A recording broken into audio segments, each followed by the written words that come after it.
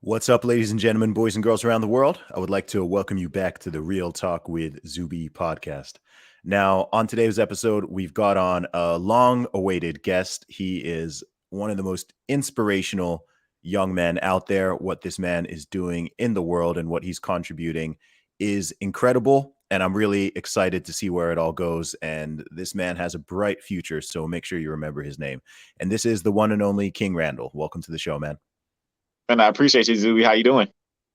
Always doing well, bro. Always doing well. How about yourself?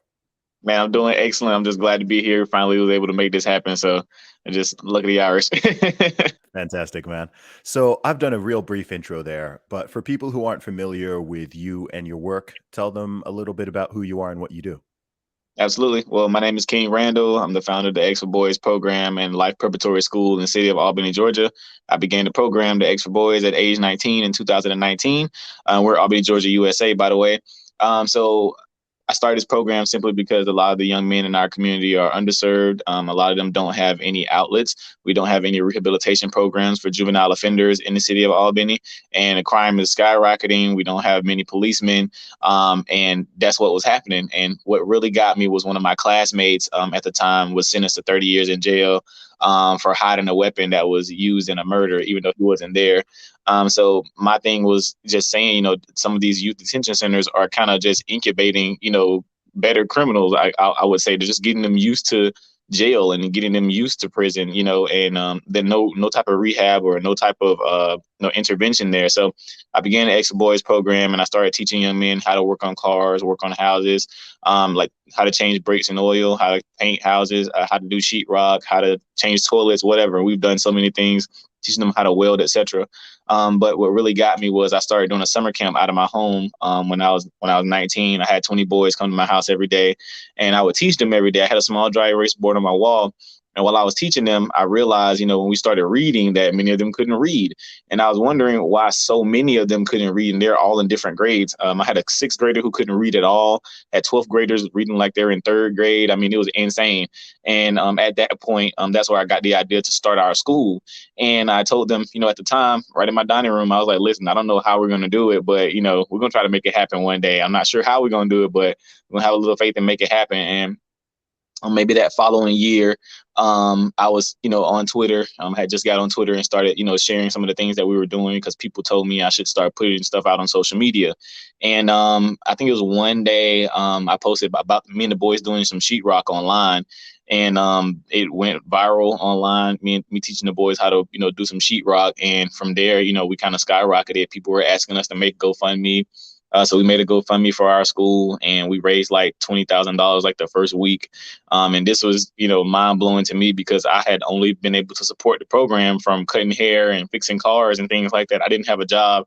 So I was literally trying my hardest to feed these kids. At that time, they were living with me because of COVID. So I actually had 6 kids come live with me during that 2020 summer because I couldn't have them coming in and out because I didn't know what was going on as far as the virus.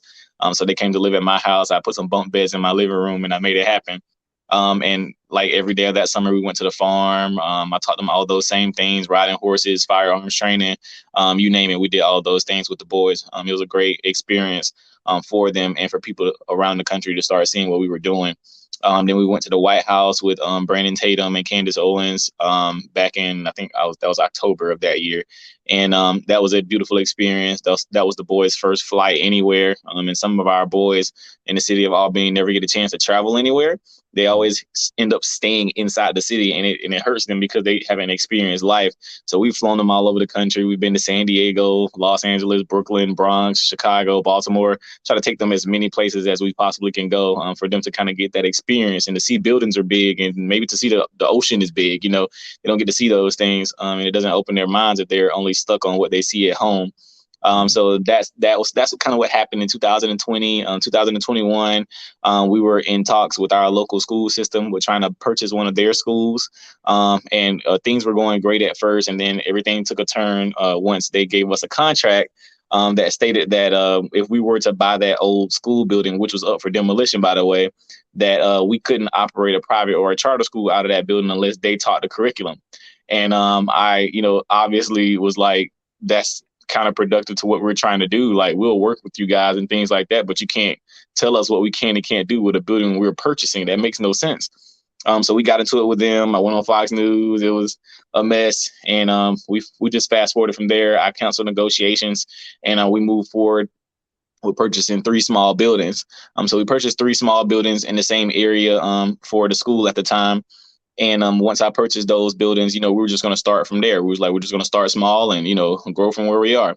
And I also had just purchased 40 acres of land back in May of last year as well, for the boys outdoors training. And people always ask how we were able to purchase the land. Where we live in Albany, the cost of living is extremely low.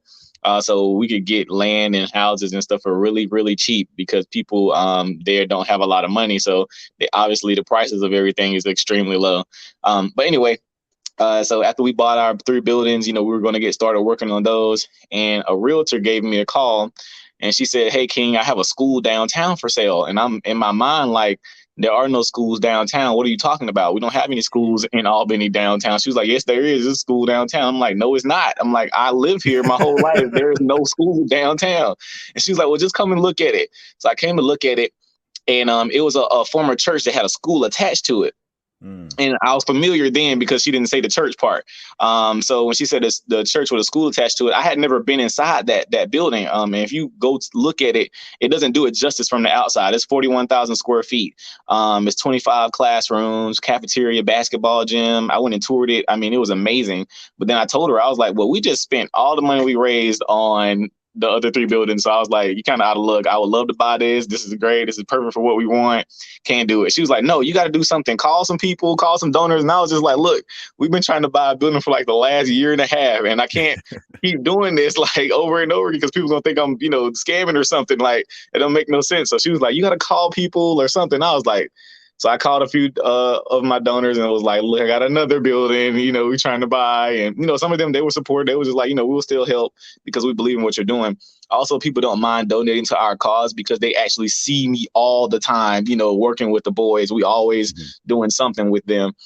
So a few of them, donated. I dipped into my savings, my grandma, my mom. It still wasn't enough.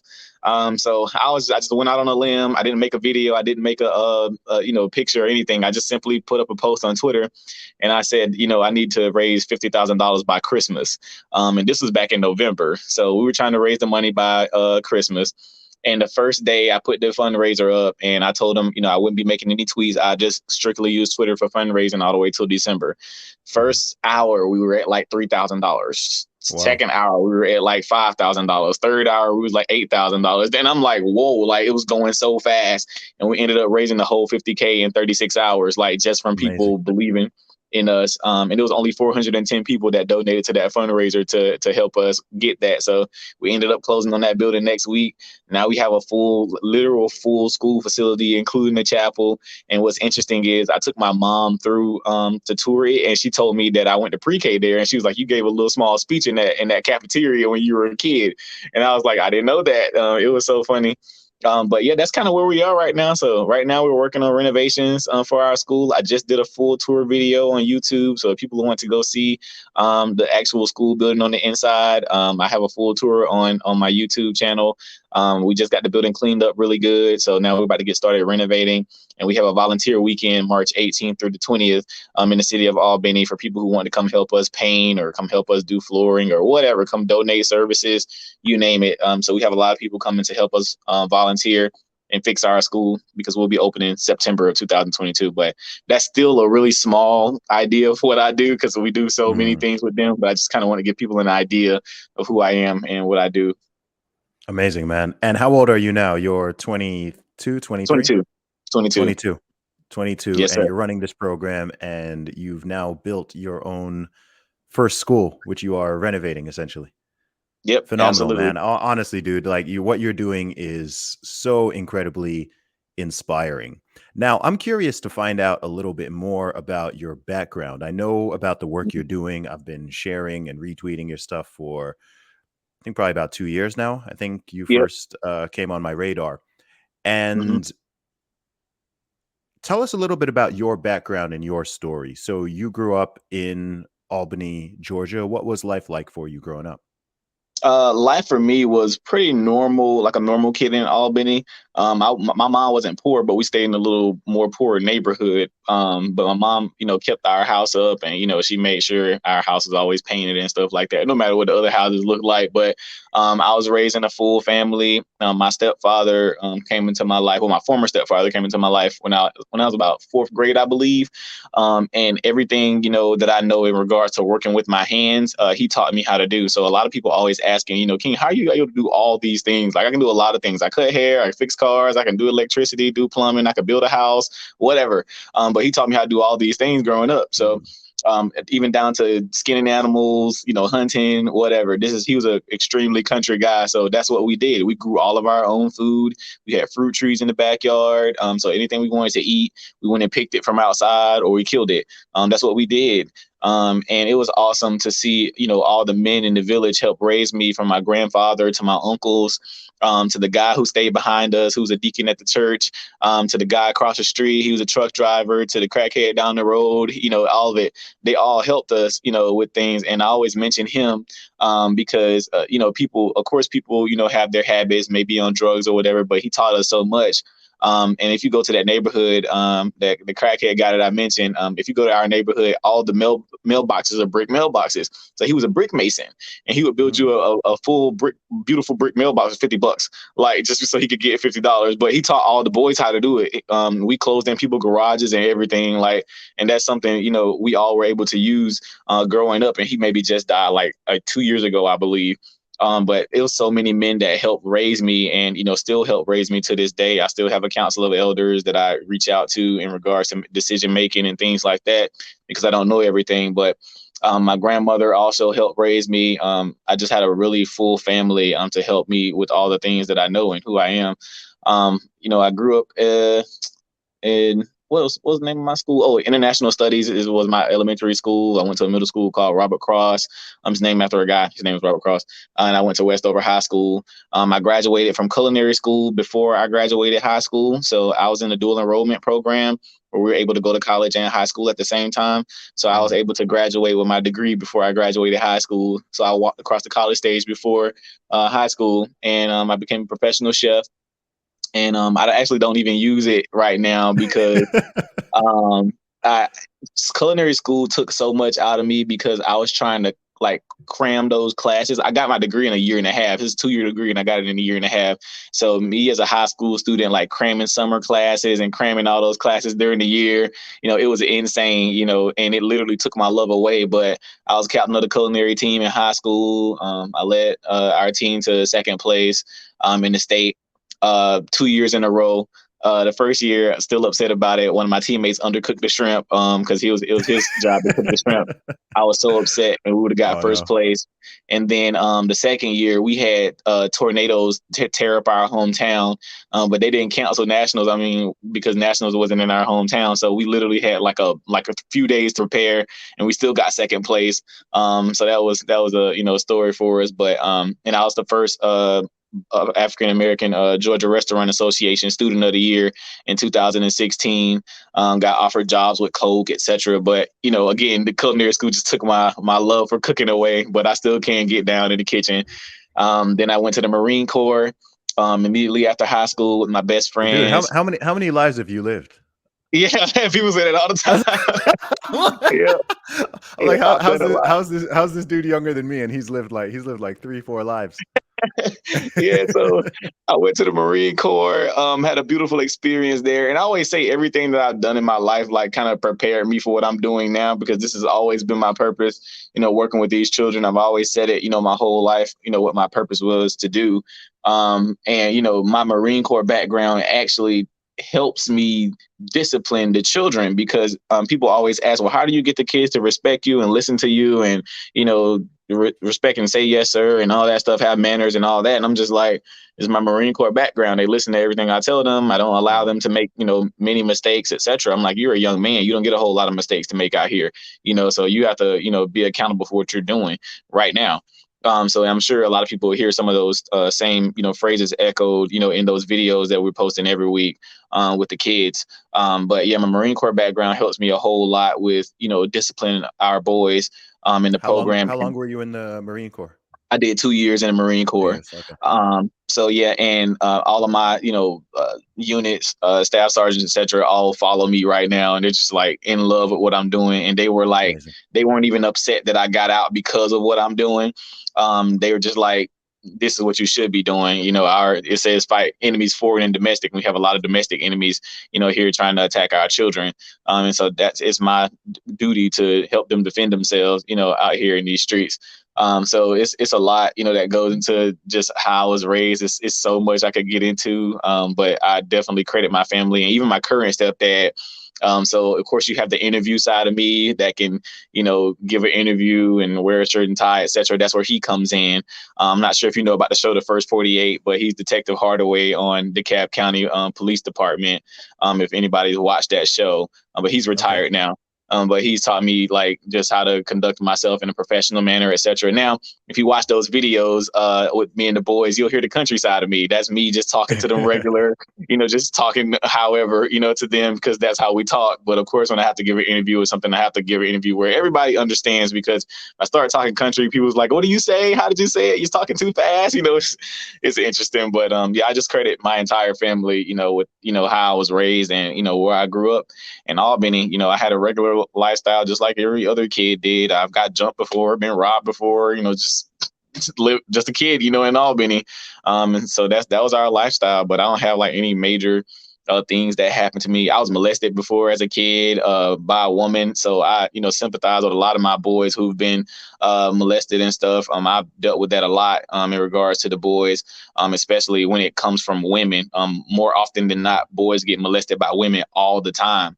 But what happens is, oh, you're a boy, and you're supposed to like that, like a 12-year-old and a grown woman. And he's just like, Mhm. oh, that's it's cool. I'm like, no, it's not cool. That leads to a whole lot of stuff happening to you in your lifetime, but that happens often, more often than not, all the time. And it's not like a big deal, to anyone. Like I could go talk, I talked about this before, like one of my boys being molested, by a woman, and everybody's like, oh my God, it's so sad, but if I would have said, one of these little girls been molested by a guy, they would have been trying to come to Albany to Yeah. figure out who Yeah. it was. And, but that's how it goes, so I just have to get them to understand some things are wrong. It's not, everything's not cool. You don't have to follow the crowd, and be a leader.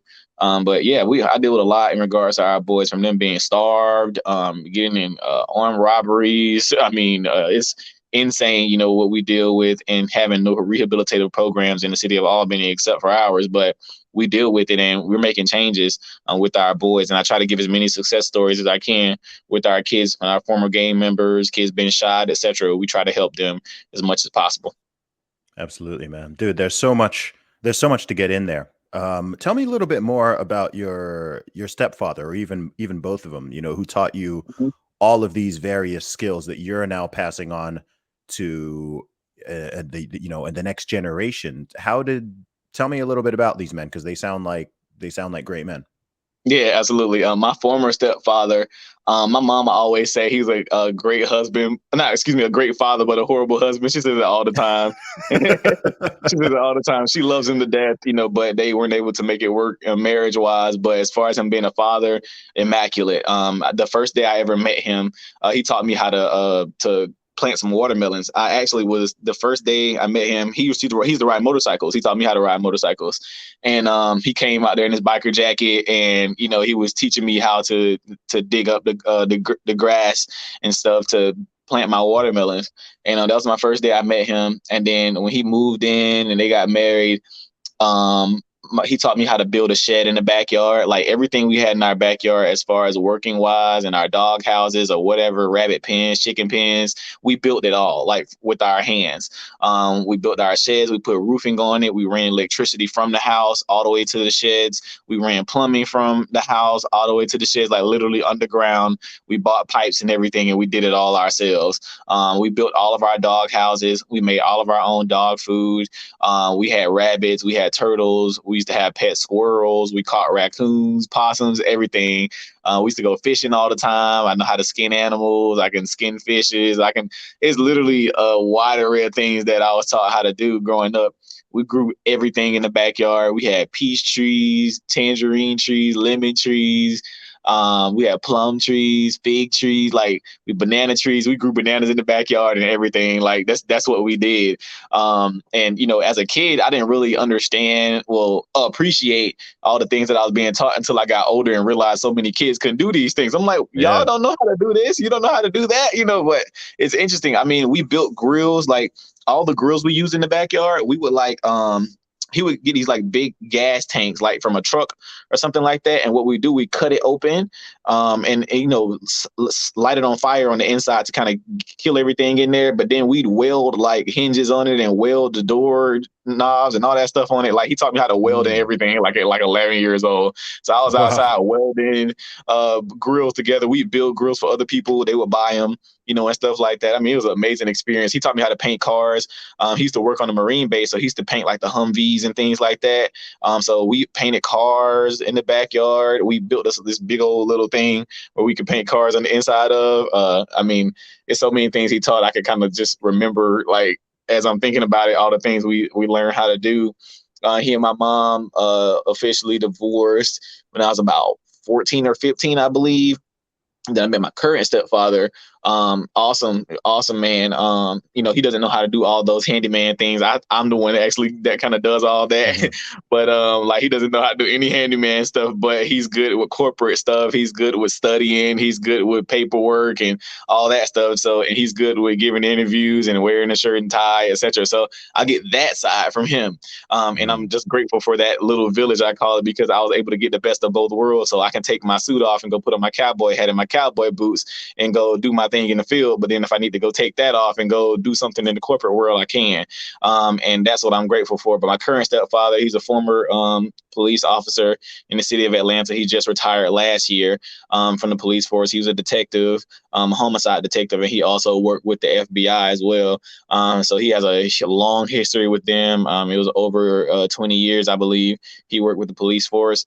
And he retired. So right now, he and my mom's an interior designer, so he kind of helps her with some of her stuff that she does to kind of help her with her business. But he's an awesome man. I mean, they're both great. To me, grandfather the same way. He taught me how to ride a bike. Uncle same way. So those men that helped raise me, I couldn't ask for anything better. And now I'm able to transfer all those skills to all of these young men and boys that I'm teaching now. So I'm just really grateful for the both of them and how they helped raise me. It's amazing, man. I mean, one of the most obvious running themes here is the power of having great male role models and role models in general, the power Right. of the family. You've referred to a village multiple Mhm. times.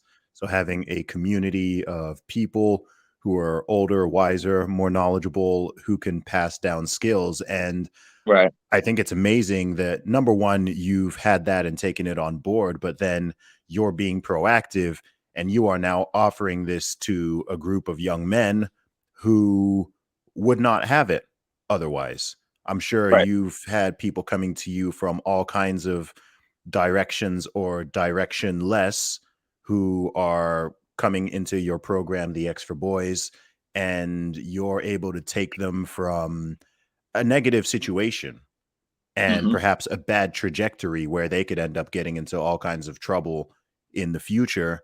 And you're helping to course correct and put them on this positive path. And what really struck me with what you do, I can't remember the first video of yours that I saw, but I remember my mind was just blown. I was in the UK and I was just like, man, who's this guy out there? Because he's putting into practice.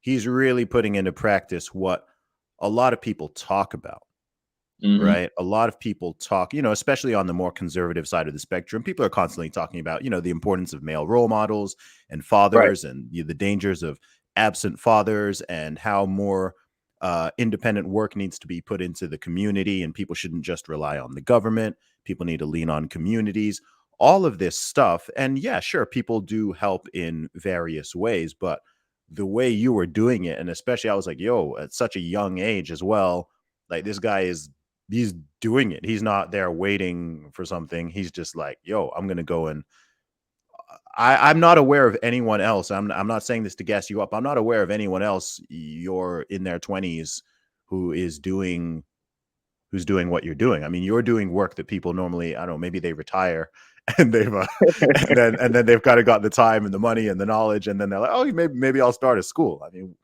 who starts a Yeah, school? Nobody starts a school, you know. yeah. I think for the And so most it's part, amazing. yeah, I think for the most part, I believe in working now and playing later because I know a lot of people, want to play now, at this age Yeah. and, go to the club and all that stuff like that right Mm, now. And then later on try to work, I'm just like, that don't make no sense. I'm like, when my back start hurting, that's when I want to chill and relax. I'm like, let me work now. So, and I have my own children, I have two boys and, I mm, want my boys I don't ever want them to go to public school. So I'm like, well, let me build a school for them so they don't have to go to school. They can go to my school. But, and with that, I'm also helping other young boys and, just some of the stories like that have come through the program and success stories that have happened. I mean, it just blows my mind because of the impact I'm able to have on the children and how they look up to me, how they hate to disappoint me, how they hate to make me upset, and me being young too. Like, I mean, I was a teenager trying to teach other teenagers, how to build their lives. But they have to see possible. And I was there possible, for them to see another young black man that's successful, where they in a city where you never really see that all the time. mm, Everybody successful is maybe much older and never come to see you. So they get to see somebody young and black and, out in the community and helping people. And I teach them how to help people. It's awesome. Just all the success stories, man. And I've shared some of them online on my pages and things like that. But I think for the most part, again, kids just need to see possible. And I started it so young and I'm able to capture so many of them because of that. A lot of them are not far off from me in age, but they still listen and still respect me as if I was 35 or 40. But mm, I tell, some of the older guys all the time, I'm just like, well, you guys just kind of come tell them what to do all the time. I show them what they can do and give them different options. And I also try to expose them to so much because they don't know what they don't know. They don't know what mm, they're interested in. So a lot of them I've taught them. I mean, they've built computers. We do all these different workshops and stuff because they don't know what they're interested in. Like all they know is maybe rapping and playing ball. But if I show you like six different trades you can get into or let you talk to some different lawyers or doctors or whatever, you don't even know that you're interested in those things until you get exposed to it.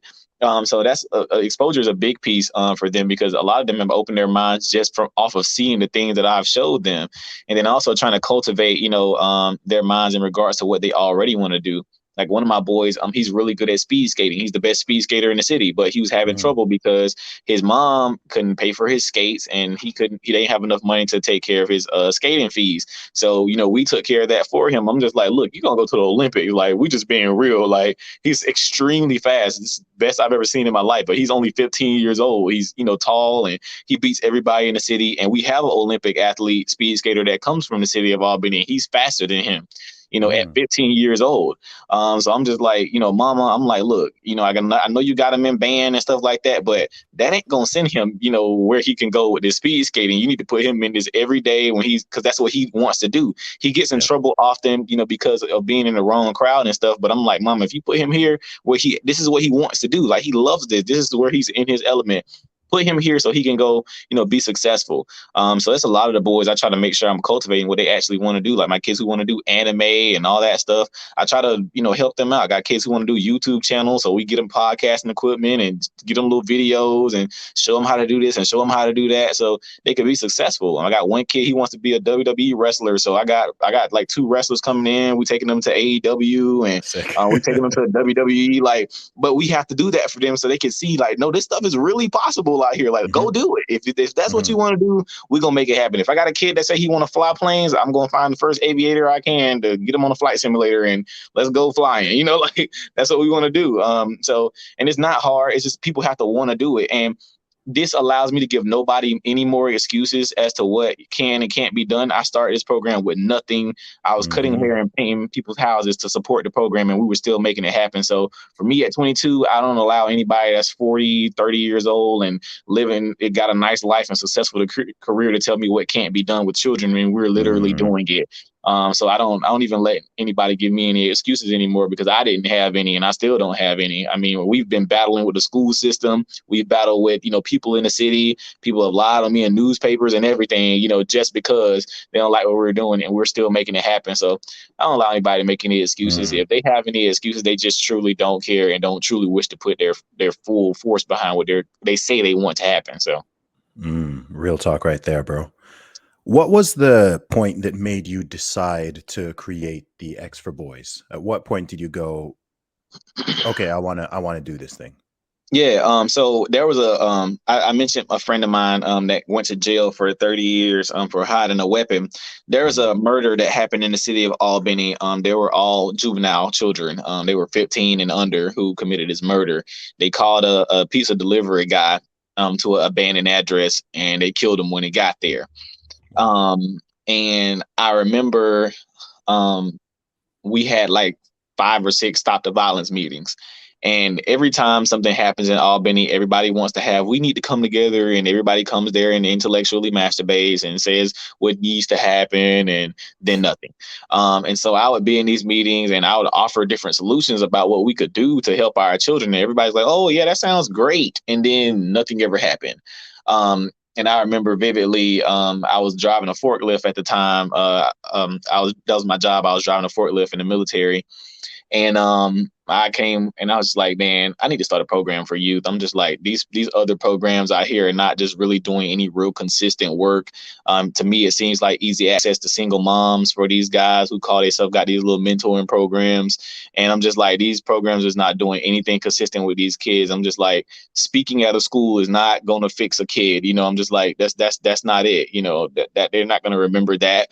And I'm just like, you just telling them what to do and what not to do. And just like everybody else does, I'm like, they need some real consistency. They need somebody they can see every day. They need somebody that can talk to them whenever they need to. They need my number. They need to be able to hit me on Instagram, whatever. They need to be able to have real conversations. Like, I just thought about this and I was like, I can teach them all these different skill trades. So the first thing I did was on January 2019. I took 20 boys from the city of Albany to the Center for Civil and Human Rights in Atlanta, Georgia, and African American History Museum.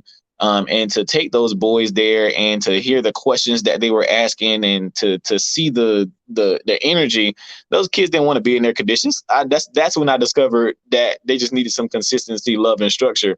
As much as I discipline the kids, they love me to death. I'm just like, they love that somebody loves them enough to discipline them Mm. all the time, no matter what they do wrong. And they love to come around. They keep asking all the time, hey, when are we coming back? What are we doing? I got one of my kids just texted me earlier, hey, Miss King, you okay? Everything good? When you come back to Albany, like they're excited, they're happy about it. And that's what I love. But a lot of the children, they needed a consistency. And that's what I saw. Immediately after that, April 20th, 2019, I did an oil change workshop at my uncle's house. I taught 20 boys how to change oil, got them all certificates and everything for learning how to change oil on a car. And what was interesting to me was, one of the moms called and she was like, King, she was like, he's so happy about this. He wanted to put the certificate on the wall and things like that. And I discovered at that time, a lot of kids, who are not athletically inclined and not academically inclined start feeling like they're worthless because they don't know how to do anything else. Mm. So for him to learn how to change oil or change brakes, it put a new confidence in him because I can do something. Like, mama, look, I can't play ball. I may not got the best grades, but I can change the oil on your car. And that's something for mom Mhm. to be proud of, and moms was sending me pictures of their boys, under the car at home, with another adult trying to change oil and stuff. I mean, it was amazing to see like just what that little thing, created a little ripple effect. Even when I had a little workshop and taught some boys how to make omelets, just because, like, I taught them how to make some omelets, and Yeah. it was in my kitchen at my house, and I had all of them in the kitchen and just showing them how to make omelets, and then to hear the stories from mom was like, he came home and he made everybody in the house an omelet, like it was beautiful stuff. Beautiful stuff. I mean, I can't even express like just the joy I felt like Yeah. teaching these boys like these little things for them to be confident in themselves. And so Mm. now, even discovering that when they couldn't read, Mhm. like doing the book club, and we have an 86% reading comprehension rate now. Like, a lot of the boys coming into the program are actually learning and comprehending. And one of my Yeah. boys, he was struggling 2 years ago, but he just won a spelling bee at his school. And I posted about it on social media because those are milestones, for these kids. These kids can't read and write and all that, and Mm. they're developing. So it's just a beautiful experience to see. But yeah, just the consistency, I saw what they needed after working with them. And as the years go by, I see more and more things. I'm discovering more and more. So you're talking about 15 years from now, after doing this, I'll be like super wise in figuring out what the boys need in particular, and then growing with them too. And a lot of them, they try to pull things on me. I'm like, dude, I just graduated high school, bro. Like, you cannot pull that over on me. I just did that. Like, that makes no sense. I just did that like a few years ago. You cannot pull that over on me. I know all their little tricks and everything. So Yeah. it's just interesting experience. And even me having real conversations with them, I don't chastise them about sex and drugs and all that. I know some of you gonna smoke weed. I know y'all gonna be out here having sex, but what I can do is give you the proper tools and the proper keys to figure out that that's not the right thing to do. I can tell you 100 times, you better not be out there having sex, or I could provide you with condoms and make sure you're out there having safe sex, because you're gonna do it anyway. I mean, I'd rather prevent a teen pregnancy and a STD versus you just out here doing it anyway. So I'm like, look, I don't approve of y'all doing it. You shouldn't be doing it, but I know you're gonna do it anyway. So get these. You need to take care Yeah. of yourself. You need to at least be safe. Even with them, and drugs, always tell them stop. Do not be out here smoking weed. Do not be out here drinking lean and all that stuff. But I know some of the kids who are new and I haven't fortified their minds real good enough. Sure, I can tell them that. Everybody tells them that. But what I can do is try to develop myself to be the biggest influence in their lives, to the point where they want to stop that. And that's what happens with some of the gang members that come into the program. Like, they'll eventually get out the gangs. It takes time. And I tell parents all the time, this is not a one-stop shop. Or even people who hear about the program, they think like the kid's just gonna come one day and he's just gonna change tomorrow. No, it took 15 years for this kid to get like this. It took him 17 years to get like this. It's gonna take some time for me to really just break into his mind and try and help mold them and fix them and train them. So it takes a little while. It takes some consistency and just dealing with so many children at one time, all their different personalities, all their moms. It's a fun thing. It can get a Yeah. little overwhelming. Even with like this past summer, I boarded 36 of them this past summer. They were all at my grandmother's house for 2 months.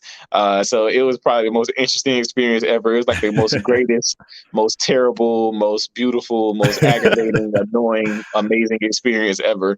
Talking about 36 boys in one house. I mean, the fights, the fun, the Yeah. everything. It was great. It was like a big family, and we enjoyed it Yeah. so much. It's like a little boarding school. Yeah, it was awesome. But that's what our school will be. It'll be a boarding school when we open this September. So we were super excited about that. That's awesome, man. There's something that you spoke about there, which brought an interesting thought into my mind, which isn't really something I've thought about that much or even discussed. And this was about the topic of confidence. And I'm Mm-hmm. really thinking as a man, as a boy and as a man, especially women too, but I think especially as a young man, confidence comes from capability. Mm-hmm. So if you want to instill confidence in people long term, the best way to do it is to make them capable and make them competent, whether that's learning to make an omelet or change oil or Yep. learn this skill or that skill. As you said, why are people who are great at sports often very confident? People who are very good in school, they're confident because they're capable. You are Right. confident in the things that you are capable at, right? Right. There's things I'm sure you have very high confidence.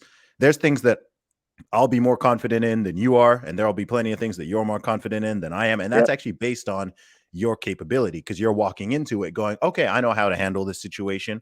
I know Right. how to do this thing. I've done it before. I've got the experience. So the more experience you build in people, the more capable you make them, the more competent you make these boys, Right. they're going to become more confident. And if you think of so many problems, especially problems with young men, Mm-hmm. at the root, they stem from a lack of confidence. And Absolutely. that confidence often comes from a lack of capability. So they are there feeling like lesser than, or they're mad at the world, or they're Mhm. feeling envious and jealous of other people who have things they don't or are doing things they don't. And it's because they feel like they themselves don't have that competence, and that makes them feel insecure.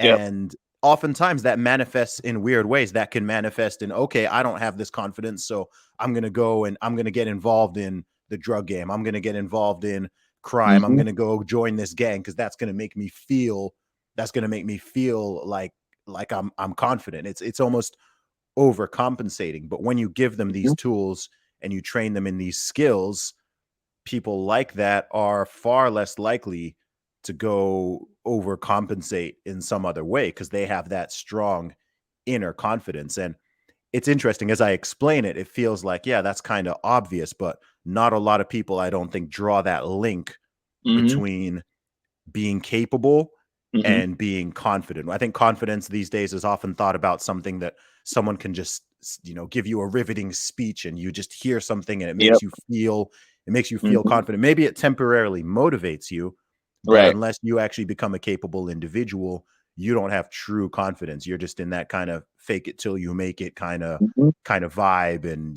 maybe even if you look at the things people do, man, I'm really thinking about this actually. Like the other day I was at a club.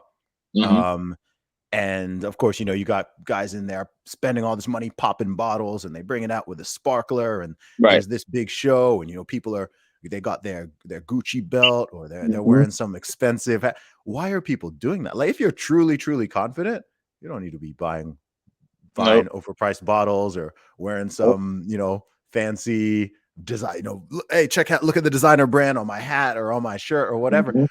It's like, again, it's that overcompensation. And oftentimes, I've met people who do some of that stuff. And yeah, sometimes they are truly confident, but oftentimes they're not that confident. They also don't necessarily have the wealth to be doing that, but Mm-hmm. they're trying to create this image. And I feel like if they were truly capable, confident, and competent, they wouldn't feel the need necessarily to stunt so much. Right. I think if people notice, like a lot of our boys are really timid and quiet and soft and don't want to stand up straight or hold their head up, when they're speaking to people, etc. All that stems from a lack of that. Mm, And I think people notice like on my videos and stuff, if you hear the boys, they're always loud, always, screaming, yes, sir, etc. They get in trouble for not talking loud. I do that because they have an issue with that. A lot of them, holding their head down, yeah, my name is whatever, and you can't even, hear what they're saying and stuff. Like they're scared to shake your hand. All this little timid stuff that they do. So everything that we do revolves around confidence, and being mm, confident in yourself and who you are. So we're reading the Invictus poem right now, and these consistent things we're doing every week, as well as teaching them how to do all these different things, builds their confidence. So a lot of these boys, are out in the streets, etc. They get confidence from knowing how to play with a gun. They get confidence, in knowing how to sell drugs, or they get confidence mhm. in knowing how to rob somebody or rob a store without getting caught. So the more you Because feel it's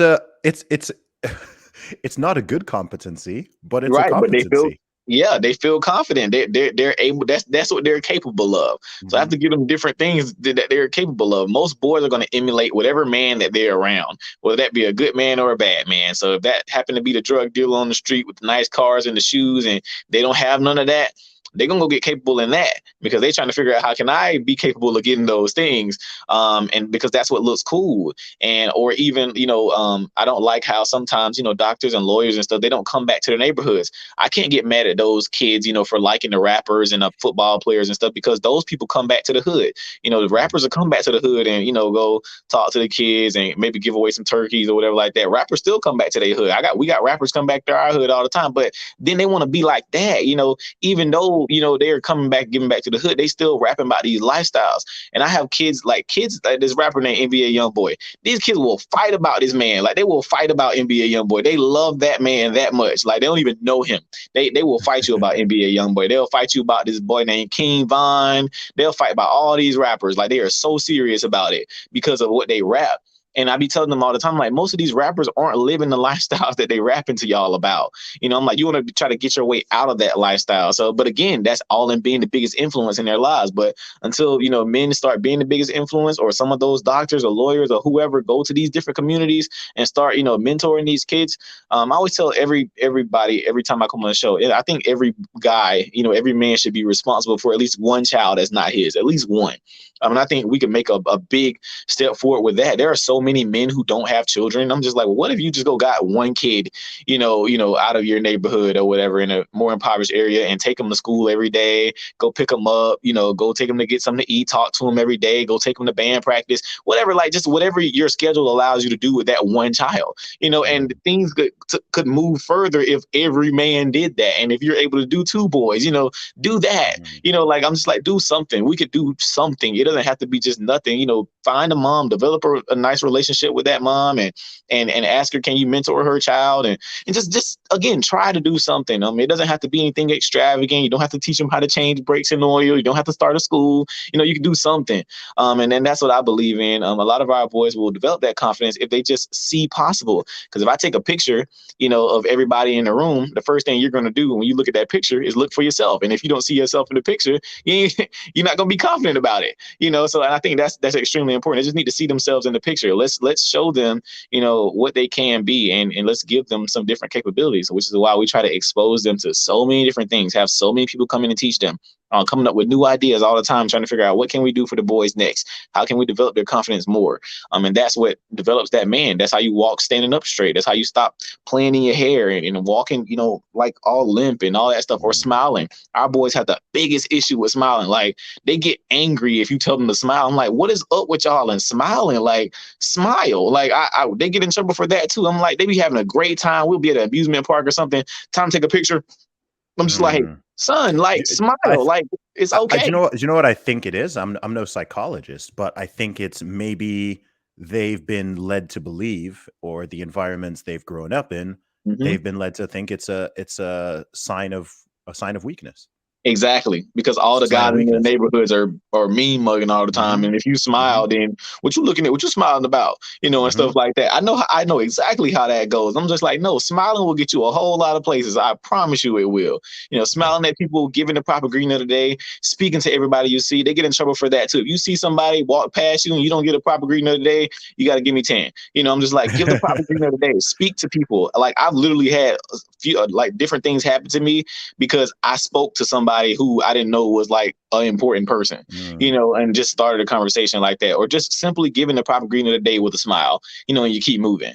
So those little things like that could help you move so far. But again, it's all in helping them develop habits. So they have those different habits of, working with their hands and giving the proper greeting of the day, saying yes, sir, and no, sir, and doing everything in unison and as a team, because they have an issue with that too, being selfish. So I make them all work together. One of my favorite phrases I tell them all the time is, you have to be accountable for each other. So I always say, if I got weed, we all got weed. And when I say that, it's because if I'm in a car and I got weed, everybody in the car got weed. We all going to jail, so it's all about being accountable for each other. I tell them that all the time. So every time I say that, they always echo me and they think it's the funniest thing ever, but they know exactly what I mean. Be accountable for each other. So I have this new exercise that I'm about to do with them to help them be accountable for each other. So I have about 40 boys in the program. We're going to buy them all wallets, and we're going to put $100 bills in all their wallets. For one, is to teach them how to have some money in their pocket to begin with, first of all, but also this wallet can't get less than $50. If your wallet get less than $50, everybody gets their money taken. Everybody's money. I don't care what's in their wallet. Everybody's money is going bye-bye. The reason I'm going to do that is, for one, you're going to have to check with each other every week about who got their money. Like, bro, you got your $50 in your wallet because you ain't going to get my money taken. So what they're going to have to do is sacrifice. I only got $48. Well, he's going to have to sacrifice $2 of his dollars to make sure he don't lose his whole 40. Like, his whole 48. But it's going to force them to be accountable for each other, So, of course, they probably ain't going to last like but a week or two. And then over time, they'll start lasting longer because you got to take care of each other. Y'all got to text each other. Y'all got to make sure y'all on point. But that creates a environment and an atmosphere for y'all to make sure each other okay. Like, bro, you good? You need anything? Everything okay on your end? Do I need to help you? Etc. That's how you build a real brotherhood. Y'all have to work together to make success happen. So, of course, if they all succeed, for like maybe a month or so, then we'll all put their money together and go buy something big for everybody to play with. It'll be something cool. But of course, it gives them some spending money too. Like, I mean, they'll have $50 to spend and $50 to keep. I don't care how you keep that $50. You can go make some money and get that $50 back. Do what you need to do. But when you come back on Tuesday, you better have $50 at least in that wallet. So $50 or more. But I think that's going to be a cool little exercise for them. It's going to be really good. That's awesome, man. What's been the biggest challenge you faced in this mission so far? Probably our battle with the local school system. That was probably the biggest battle I had in regards to us buying a school, because we were in talks with them for about 7 months, trying to purchase that school, and it was up for demolition. And just the emailing and calling back and forth, trying to get somebody on the phone, and trying to get them to answer emails and give me a contract, and like they drug it all the way to the last second to almost force us to sign the contract, because what happened was we were supposed to be doing our summer camp out of the school, and they literally took it all the way to almost like the last day for us to do signups for summer camp, almost to force us into it. And I was like, I'm not going to do that. We'll stay at a hotel, if we need to, for the boarding camp, because I do boarding every summer. So I was just like, we'll just try and do something. But it was insane. Just that contract that we received back, it was like 6 special stipulations in it. And like I said, the main one was that we can't operate a private or a charter school out of that building unless they teach the curriculum. And I'm just like, that don't make no sense. I'm like, that makes no sense. Why do I have to be a part of y'all to What was open their our what was school? their supposed justification for that? I don't even like they did a full like article or whatever. They were just like, well, King Randall never presented academic curriculum. He expressed, interest in doing the skill trades. I'm like, I did a video and went through every email. I'm like, you guys never asked me for a curriculum. I'm like, if y'all had asked me for a curriculum, I could have provided one. Everything that y'all asked me for, I provided the next day every time. Everything y'all asked me to get an inspection on the building, which I spent $5,000 of my personal money getting an inspection on the full location to see everything that was wrong with it. I literally did everything, in regards to what they asked me for that location. And they released a really terrible article in the newspaper. Then people in my hometown were chastising me for no reason. Like, because I told you, people like in the hometown don't really like support what you're doing. Pastors were upset, and they were like, I had a pastor meet with me and tell me to sit down, and I'm doing too much, and I act like I'm the only person doing work, and blah blah blah blah. Like, it was insane. Just the pushback I got from my local community. Where do you think that stems from? Because Um, I find it interesting, because I see what you're doing and I'm just like, man, this is so positive, so inspiring, so mhm. necessary. And I'm an outsider. Maybe an outsider is more likely to view it that way. But I don't see how someone, let alone a pastor, could see what you're doing and want to chastise you or reprimand you or anything like that. What do you think that stems from? So we have a clique in the city of Albany. Um, they have kingmakers. That's what I call it. People who Mhm. put people where they need to be. So like our school superintendent, they were so adamant about defending him because he's somebody that they placed in the position. Like all these different positions, like we had this little clique, including pastors and politicians. They all got this little clique. Once they saw that my reach was above them, that I didn't need them to make me, that became an issue for them. So they had people like doing all types of smears on me in my local hometown. I mean, it was insane. They were making up stuff about my personal life and everything. And like people were making all types of posts in my local communities. And I need to give the money back and blah, blah, blah, blah. I'm like, what are you guys? I'm like, are we looking at the same contract? Cause I'm like, what part of this was I supposed to sign? I'm like, that don't make no sense. They were like, oh, you trying to get a black man fired from his job and he working with those white people and blah, blah, blah. I'm like, this has nothing to do with them. I'm like, what part of this contract was I supposed to sign? I'm like, I put the contract up for everybody to look at, and they just drug me from here to kingdom come, man. It was insane for like 3 weeks. Mhm. And I was never able to tell my side of the story. My local news won't do stories on me anymore. Like I don't like every story you see of me now is like from somebody somewhere else, but nobody in my local hometown would do stories with me anymore. None of the local reporters want to do stories with me anymore. Like it's insane. So I just work, with the national press I'm able to get, from everybody else, and I'm good with that.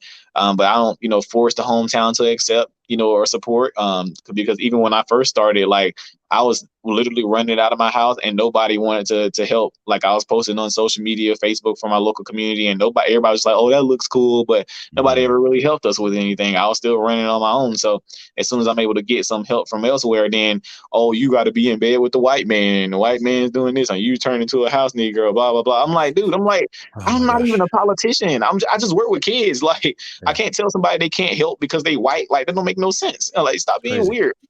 Yeah, but Stop that's being weird. I've been saying that a lot.